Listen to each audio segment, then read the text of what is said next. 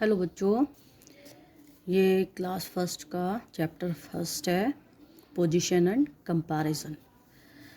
तो position and comparison में हम पढ़ेंगे top and bottom. Top and bottom of top का मतलब होता है ऊपर, सबसे ऊपर। जहाँ आपके घर में सीढ़ियाँ होंगी तो आप जब सबसे ऊपर वाली सीढ़ी पे खड़े हो जाते हो तो वो टॉप हो जाता है। जब आप सबसे नीचे वाली सीढ़ी पे आ जाते हो तो वो बॉटम हो जाता है। तो उसमें भी यही चीज़ लिख रखी है, boy just like you, girl just like someone। तो उसमें लिख रहा है the boy is at the top of the stair,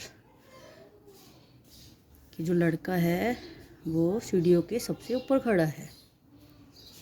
and he sister is the bottom of stair, और जो उसकी बहन है वो कहाँ खड़ी है? बॉटम यानी नीचे खड़ी है। ठीक है, टॉप और बॉटम में समझ में आ गया। टॉप यानी ऊपर और बॉटम यानी सबसे नीचे।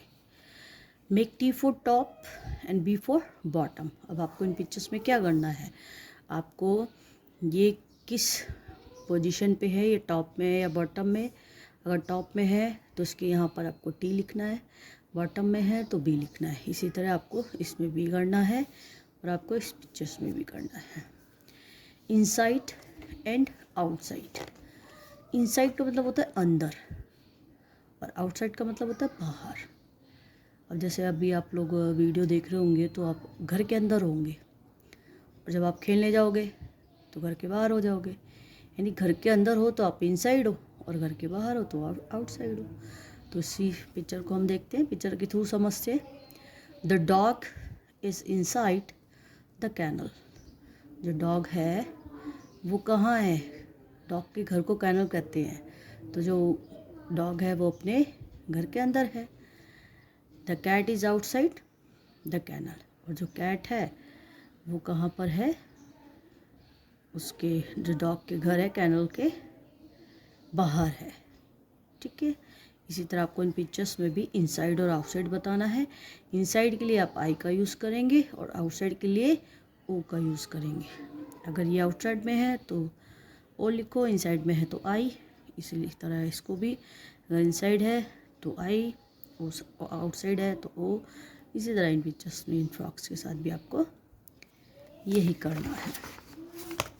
नेक्स्ट पेज पे जो आपके आ जाता है वो आपके आ जाता है above and blow. Above and blow. A butterfly is a flying above the flower. Above होता है किसी भी चीज़ से ऊपर, बिना टच किए हुए। तो a butterfly is a flying above the flower. ये बटरफ्लाई क्या कहाँ फ्लाइंग कर रही है? फ्लावर के ऊपर कर रही है, लेकिन देखो टच नहीं कर रही है। टच करेगी तो टच नहीं माना जाएगा। तो अबव का मतलब है थोड़ा गैप होना चाहिए। टच ना करते हुए जो बटरफ्लाई है वो फ्लावर के ऊपर फ्लाइंग कर रही है। Ants are moving in a line below the flower. और जो आंट्स है, चींटियाँ हैं, वो क्या कर रही हैं? फ्लावर के जो नीचे है, ब्लो यानी नीचे, टच करते हुए बिल्कुल नीचे, तो वो क्या कर रही हैं? लाइन में मूव कर रही है, चल रही है। तो अब ऊपर अबव एंड ब्लो समझ में आ गया। तो अब देखिए, अबव के लिए ए का यूज़ करेंगे, ब्लो के लिए बी का यूज़ करेंगे। इन पिक्चर्स में आपको ये बताना है कि ऊपर कौन चल रहा है और नीचे कौन चल रहा है। ये है नियर एंड फार। नियर का मतलब पास और फार का मतलब दूर। The car is park near the house but far from the हिल। इस पिक्चर्स में क्या दिख रहा है? जो कार है वो घर के तो पास में पार्क की हुई है, लेकिन जो हिल है, पहाड़ी है, उससे क्या है? दूर है। यानी जो कार पार्क की हुई है वो घर के तो पास है, लेकिन पहाड़ी से दूर है। तो इसी तरह से नियर यानी पास के लिए हम नियर के लिए एन का यूज़ करेंगे, फार के लिए एफ का। इसमें भी आपको नियर और फार बताना है। इसी तरह आपका नेक्स्ट पेज पे आ जाता है ऑन एंड अंडर। देखो ऑन एंड अंडर में क्या है कि अभी हमने बटरफ्लाई वाला एग्जांपल देखा था, तो इसमें क्या लिखा हुआ था? अबव लिखा हुआ था कि हम इस पर टच नहीं करा जाएगा। लेकिन इसको ऊपर रहेगी तो वो अबव होगा।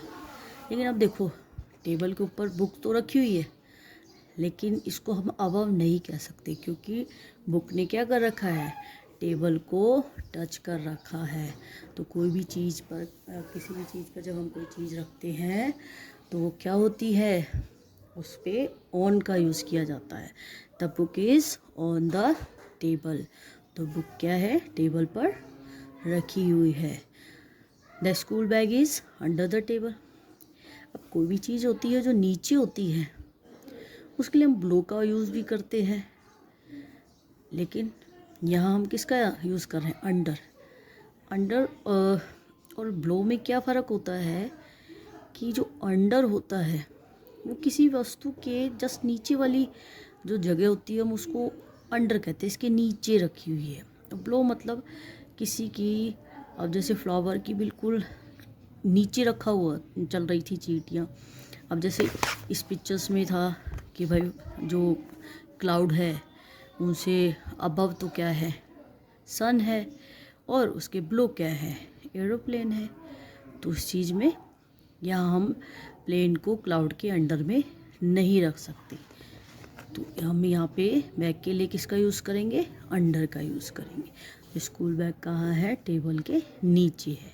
तो देखो ऑन के लिए हम ओ का यूज़ करेंगे और यू के लिए हम अंडर का यूज़ करेंगे। Bigger and smaller. अरे वाह बच्चों, आजकल गर्मियाँ चल रही हैं। गर्मियों में तो अब आप लोग वाटरमेलन भी खूब खा रहे होंगे, घर पे फ्री हैं, स्कूल का कोई काम नहीं होता, और मैंगो भी खूब खा रहे होंगे, मैंगो शेक बना बना के पी रहे होंगे।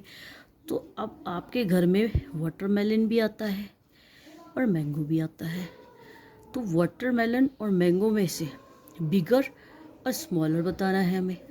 तो जाहिर सी बात है, अब फ़ोटो के अलावा भी आपके घर में रखा होगा, किसी किसी के घर में तो रखा होगा अभी भी।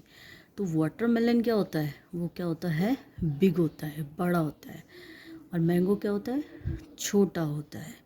तो यहाँ देखिए, the watermelon bigger than the mango. जो मैंगो है, मैंगो से वाटरमेलन क्या है, बड़ा है। The mango smaller than the watermelon, यानी जो मैंगो है वो वाटरमेलन से स्मॉलर है। तो यहाँ कंपैरिजन हो रहा है। जब जो दो चीज़ों में कंपैरिजन होता है तो वहाँ हम इस तरह से करते हैं। देन का use, the watermelon bigger than the mango is smaller than the watermelon. तो उसी तरह से हम इन फ़ोटोज़ में भी आपको बिगर और स्मॉलर बताना है, इसमें भी आपको स्मॉलर बिगर बताना है। हम देखेंगे लॉन्गर एंड शॉर्टर। और देखो यहाँ पे भी कंपैरिजन की बात आ जाती है कि किसी बड़ी लंबी चीज़ के साथ छोटी चीज़ को कंपैरिजन किया जाए।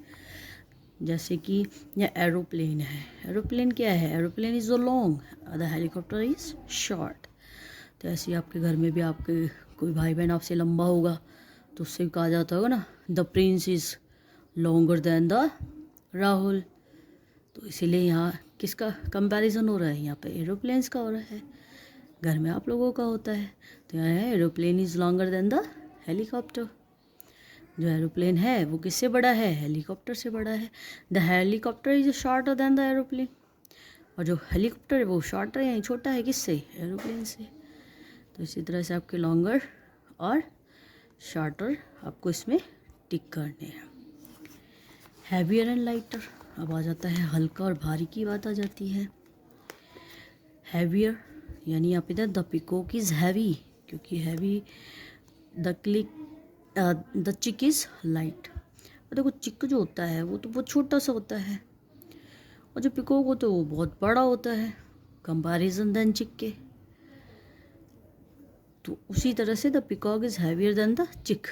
जो पिकॉक है वो चिक से क्या है, भारी, और चिक क्या है, लाइटर देन द पिकॉक, यानी चिक जो है वो पिकॉक से हल्का है। तो इसी तरह हम हैवियर और लाइटर ऑब्जेक्ट्स पे क्रॉस और टिक करेंगे। ठीक है बेटा।